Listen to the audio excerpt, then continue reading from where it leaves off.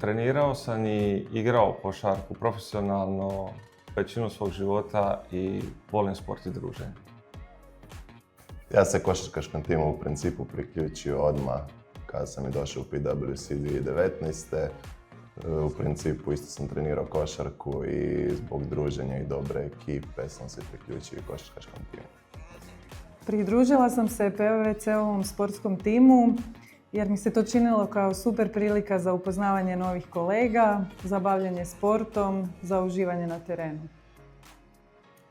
Ja kad sam se pridružio, to je bilo prije 20 godina, nogomet je već bio poprilično velika stvar kod nas u firmi i nogometna ekipa je bila aktivna i sudjelovala na turnirima. I u biti kad sam prvi put otišao, nakon tog više nije bilo povrata. To je bila ta iskrica koja je zapalila vatru.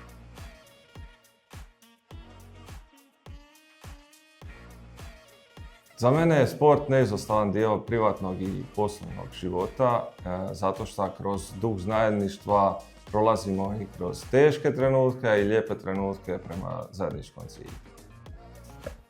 Pa ja apsolutno smatram da je benefit osim te fizičke aktivnosti i druženje kako sa kolegama iz istog odjela, tako i iz drugih odjela s kojima možda nemamo prilike svakodnevno surađivati, pa smo se onda upravo kroz košarku dodatno zbližili i upoznali. Osim ovog samog sportskog aspekta i rekreacije, u stvari najbolja stvar kod sporta je izgradnja tih međuljudskih odnosa, timskog duha i u stvari upoznavanje kolega u nekom manje formalnom okruženju koje onda daje puno plodova naravno i u svakodnevnom poslovanju. Ja bih se složila s kolegom i osim stvaranja tog sportskog i timskog duha, mislim da omogućava i mlađim kolegama da možda pokažu i neke svoje liderske vještine na terenu, a onda i u poslovnom okruženju.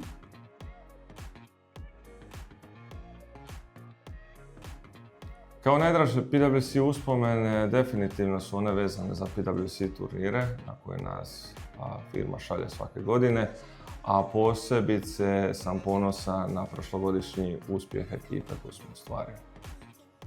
Slažem se s Petrom, definitivno jedna od najdražih uspomena su mi PwC internacionalni turniri gdje sudjeluju uredi diljem svijeta i svake godine je domaćin neka druga zemlja, tako da definitivno najljepše uspomene vučem sa tih PwC internacionalnih košarkaških turnira.